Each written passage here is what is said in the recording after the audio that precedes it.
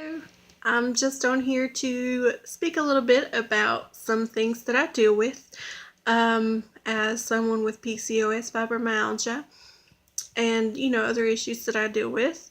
So, first of all, yes, my weight. If you can tell, I am fat, but I deal with weight gain. No matter how little I eat, I gain weight. Um, I was on a vegan diet for a few months and I couldn't lose the weight until I got really, really sick and I just couldn't eat anything. And I lost a lot of weight then, but a lot of it was because I wasn't eating anything for for a whole entire day. Maybe eating a little something just to pacify my husband because he'd be upset or whatever. So I would literally starve because I couldn't do anything. I couldn't eat. I didn't feel good. I was really sick. I just couldn't stomach anything. So I lost some weight that way. But it didn't help. Obviously, I gained it back because I started eating. And I'll be the first to tell you, you invite me to eat something completely disgusting or a wonderful, delightful, delicious salad, and I'll be like, salad. You know, you say McDonald's or Wendy's, and I'll be like Wendy's because I can get a salad. And I know McDonald's has salads too, but I just don't like their salads. But anything I can do to get something delicious. And my husband fusses at me because I'll heat up a whole bag of Brussels sprouts, and I will eat them all. And no, not with a ton of cheese or butter or anything on it. I will eat, just put a little salt on it and I am good to go. Same thing with any other vegetable. Give me veggies.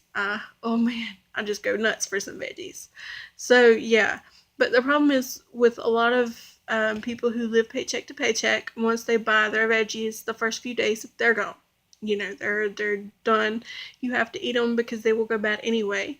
I try to buy the frozen ones, which we have kept some recently in the freezer, which is awesome. So I'm happy. But it's really hard to keep the food that I will go nuts for in stock in the house because of, living paycheck to paycheck because I am sick. My husband's the only one working. So we deal with that. That doesn't help with weight either. So you really just have to buy the cheap stuff, and beans and rice and stuff like that make people fat. People don't understand that. It makes people fat. No matter how little of it they eat, it makes people fat because of the starches in it. I also have a gluten sensitivity, so it causes some issues too. I swell. My feet are really swollen right now. My whole body will swell. I will look like I'm like 9 months pregnant one day, and the next day, no, nothing.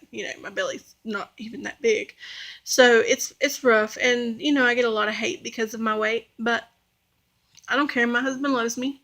I love myself. I've spent so many years not loving myself because of it.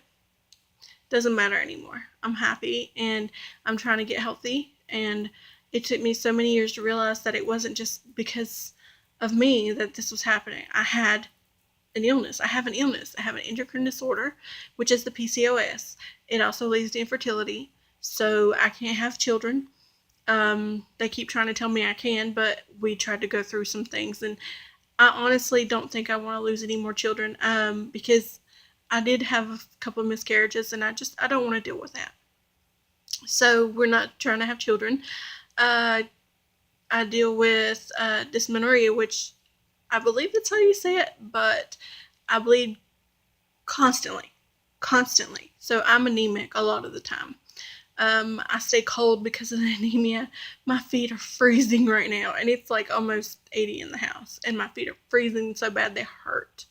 My hands get cold, I stay cold, and with all of this going on, I also have fibromyalgia, and that leads to, on top of everything, I have a compromised immune system. I'm not sure how to say that. Suppressed immune system. I'm not sure, but I get sick really easily. Also, my body fights itself, so I get chronic fevers. Almost every day, I get a fever, and and that makes me feel terrible. I mean, literally, I will have to lay down and my eyes will be burning. I'll be crying. I'll just have to go to sleep or something. I'll have to take medicine. And I don't enjoy taking ibuprofen and Tylenol, all that stuff all the time. It's not fun, it's not healthy, and it's not good for you. So, anyways, that's part of it. I also deal with pain throughout my body and depression. And and then the depression on top of everything causes more pain. I don't know if you've heard that saying that depression hurts. It really does. But also, if you're depressed and you're hurting and you're aching constantly, no matter how good you feel that day, if you're hurting, you need to get checked out for fibromyalgia or other rheumatoid issues because you could have it. I thought that I was just depressed. I thought that I was just sick in the head, that, there was nothing wrong with me. And I spent so many years being sick and hurting and fighting through and working through all these issues, being anemic to the point where my heart just couldn't carry the blood around my body. There was not enough liquid in my body. It was terrible. I thought I was going to die last Christmas. I thought was going to be my last. Yeah, no, the Christmas before I thought was going to be my last Christmas of 2014. I was prepared to die. I thought I was going to die. No doctors would really help me at the time. I didn't have any health insurance, and when I did get it, it still seemed like they were taking way, way too long to do anything for me. They continued to give me medicines that actually caused cancer and precancerous cells, which would have developed into cancer if I continued taking that medication. So I had to stop those medications. It's really rough. I've already had one issue from when I was 18, 19. I had to have a leap because they had to cut off this area of my cervix that had cancer. And that was caused by HPV, which was given to me by my ex-husband. But thankfully that can go away on its own, which it did for him and did for other people too, thankfully. And for me, but my cancer can also be caused by family genes. It can be caused by, if I get it, which they said I'm at high risk now. So that's another issue because supposedly PCOS is tied to endometriosis, which is also tied to cervical and uterine cancer. It's a lot of stuff that everything is tied to, and it's really scary. On top of the bleeding to death, on top of everything else that we deal with. Not everyone has the same issues that I have. Not everyone deals with the bleeding and constant problems. Some people never have periods, which I didn't for years. And then 1 year, 4 or 5 years ago, I started bleeding and didn't stop until the year before last, or until last year. Yes, 2015. And I stopped and I started having more regular periods, which was awesome. They gave me a blood transfusion because I was at the point of dying. I thought I wasn't going to make it. I thought that I would be saying goodbye to everyone. I was prepared. And losing my dad in February of this year made me wish at the time that I had. But I'm still here. I have my husband. He married me knowing that I'm sick. I have, other people that I care about. So I'm grateful I'm still here. And, people don't believe that these illnesses exist. There's so many people that tell me that, oh, that's not true.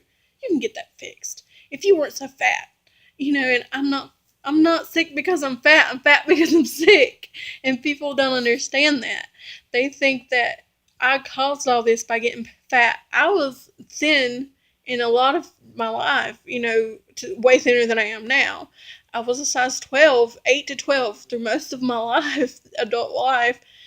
And then I became a size 16 and I stayed there, and you could still see my hips and my ribs because I had a big behind, but you could still see my hip bones and my ribs at size 16. And then all of a sudden I just blew up because I wasn't allowed to move around and I got sick and my PCOS just took a hold and wouldn't let go. And now I have fibromyalgia due to being abused in certain times of my life, and car accidents and just different things. It's not caused from an overgrowth of yeast. Mine isn't. Mine is caused from spinal trauma. Um, and there's a lot of reasons that it can happen. You can have it from, heredity.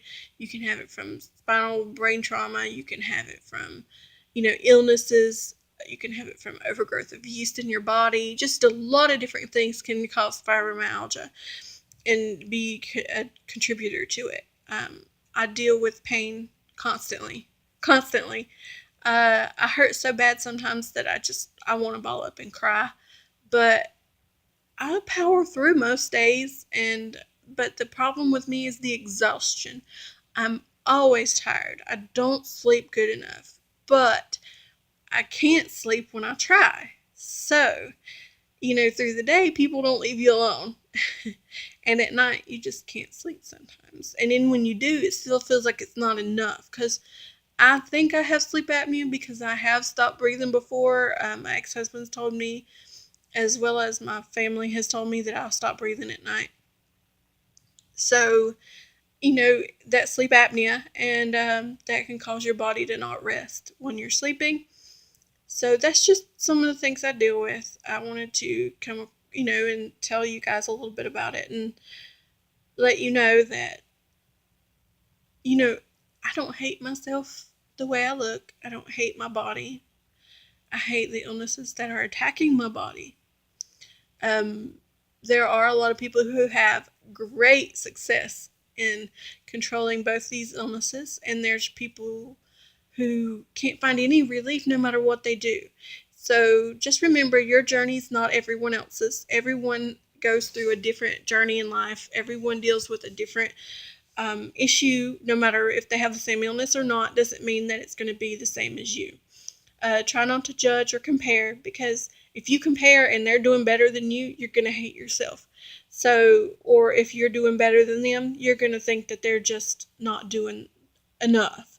And that's not always the case. So just try to lift each other up and be there for one another. And if you have a friend who has a chronic illness and who is disabled and who feels sick all the time, don't get frustrated and say, well, I had to deal with this, so you should be able to deal with it. Because I had a friend who swears up and down that she is so sick that she can't do anything, but she runs constantly, like doing things. And she used that as a reason to attack me and tell me that, well, if I have this illness and this illness and this illness and this illness and this illness and this illness, and I still go to this place and I still go to that place and I still do this and I still do that, and you making excuses because my husband doesn't allow me to take the car if I'm really sick because I can get dizzy.